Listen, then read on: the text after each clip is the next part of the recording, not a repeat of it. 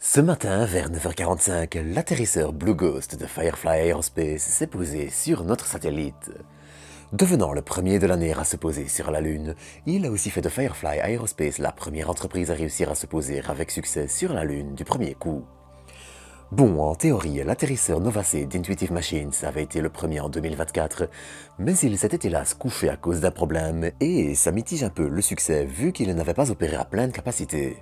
Mais en attendant, il faut aussi le dire, dans les prochains jours, semaines et mois, eh bien une petite poignée doit encore tenter le même exploit pour une année 2025 qui s'annonce palpitante à suivre.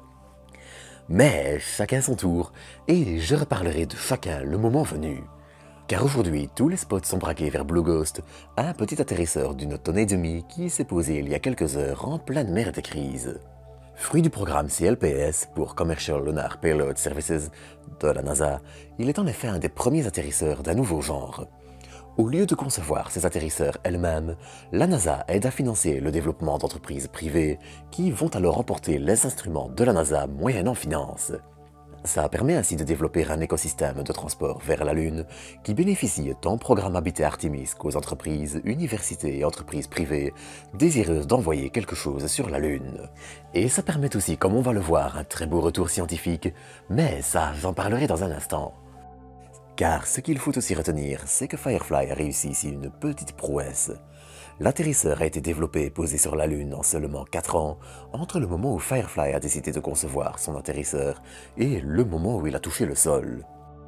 Au départ et dès les environs de 2019, l'entreprise pensait en effet racheter les droits de l'atterrisseur israélien Bereshit, qui avait échoué à se poser sur la Lune. Mais les capacités étaient difficilement compatibles avec les besoins de la NASA, et la solution fut vite abandonnée au profit d'un atterrisseur taillé sur mesure. Et mine de rien, Blue Ghost est bourré de choix de design intelligents. Par exemple, il est relativement bas et large dans ses proportions.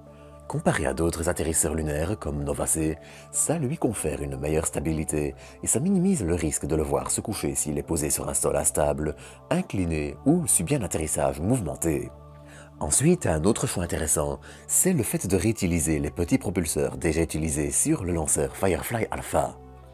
Enfin, pour les panneaux solaires, une partie est de logiciel de bord et j'en passe encore d'autres, Firefly a fait appel à l'expertise de Rocket Lab, une entreprise qui a la force de particulièrement se diversifier dans le spatial, bien qu'elle n'ait encore jamais atterri sur la Lune, Mars ou ailleurs. D'ailleurs, petit fun fact, mais l'atterrisseur est nommé Blue Ghost en référence à une espèce de luciole, luciole dont la traduction anglaise est Firefly. Et si l'atterrisseur lunaire est déjà assez intéressant au premier abord, il faut aussi savoir que ce n'est que le début de carrière pour ce modèle. Le second vol du second exemplaire est en effet prévu pour 2026 et un troisième en 2028. Mais en attendant, pour ce premier exemplaire de Blue Ghost, il opère désormais dans la mer des crises. Comme les autres mers lunaires, la mer des crises est le fruit d'un gigantesque bassin qui a été rempli de lave.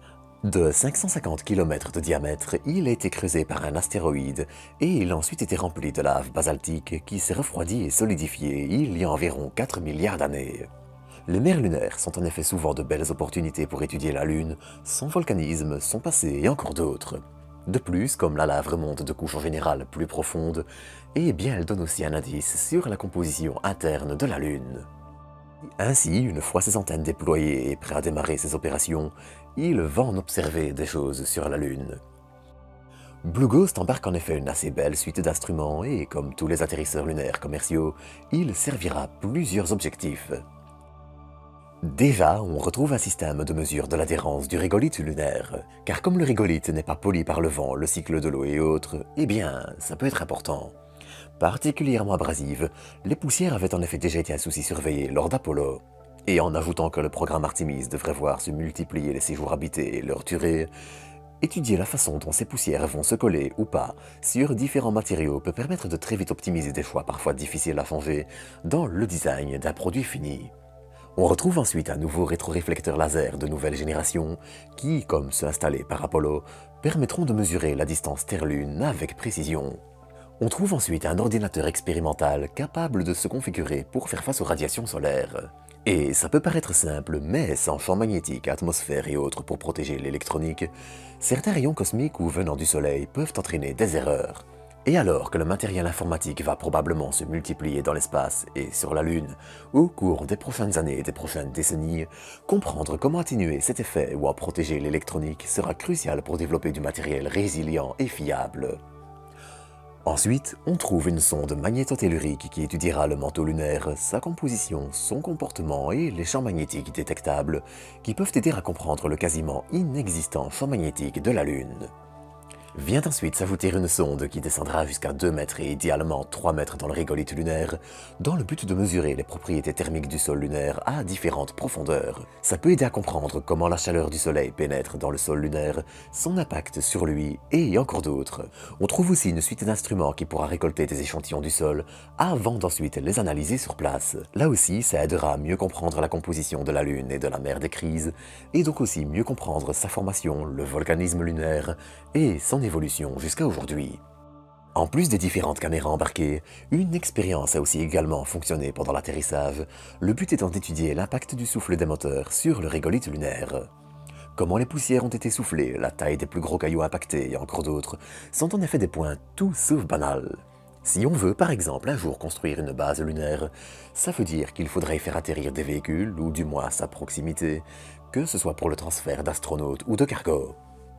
Dans ce contexte, étudier le souffle des moteurs et la réaction du régolithe sera crucial pour développer des protections contre cette matière abrasive, projetée en plus à grande vitesse lors des atterrissages. Et des décollages aussi d'ailleurs. Sur la Lune, comme sur Mars ou encore d'autres, ça peut aussi aider à mettre en place des procédures d'atterrissage optimisées qui limitent les dégâts dans l'environnement de l'atterrisseur. Et pour ça, eh bien, il faut observer le souffle des moteurs, la taille des poussières, cailloux et autres projetés, leur vitesse et encore d'autres détails. Enfin, un système de bouclier anti-poussière utilisant un champ électromagnétique variable devrait tester une nouvelle approche pour empêcher la poussière de se coller sur une surface. Ça peut ainsi permettre d'envisager des casques, visières, panneaux solaires, lentilles de caméra et autres, bien plus adaptés à l'environnement lunaire et qui, surtout, souffriront moins vite de l'usure liée à ces poussières. Enfin, une expérience tentera aussi d'exploiter le signal GPS depuis la Lune et devrait d'ailleurs, si elle réussit, être la première à capter un tel signal depuis notre satellite. Et c'est un défi. Les satellites sont en effet à 22 000 km d'altitude et donc aussi de la Terre. Si cette distance est déjà colossale, il faut quand même noter que la Lune, elle, est à environ 384 000 km de la Terre, soit 19 fois plus éloignée. Ainsi, ce sont près de 364 000 km qui séparent la Lune des satellites GPS, et ce sera un beau défi. Le programme sera ainsi chargé pour Blue Ghost, et si on ajoute à ça l'ambition d'observer une éclipse solaire depuis la Lune le 14 mars, eh bien, l'atterrisseur risque de pas mal faire parler de lui, et de manquer de temps de repos.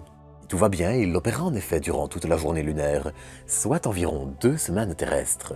Peu après le coucher du soleil lunaire et le temps de faire quelques expériences de nuit, il devrait ensuite s'éteindre le 17 mars. Il est ensuite, hélas, peu probable que son électronique survive à des températures inférieures à moins 100 degrés la nuit, mais on n'est jamais à l'abri d'une bonne surprise.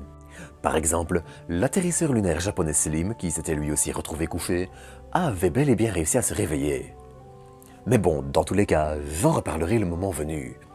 D'ici là, j'espère que vous aurez apprécié cet épisode. Et quant à moi, eh bien, je vous dis à bientôt pour de nouvelles doses d'espace.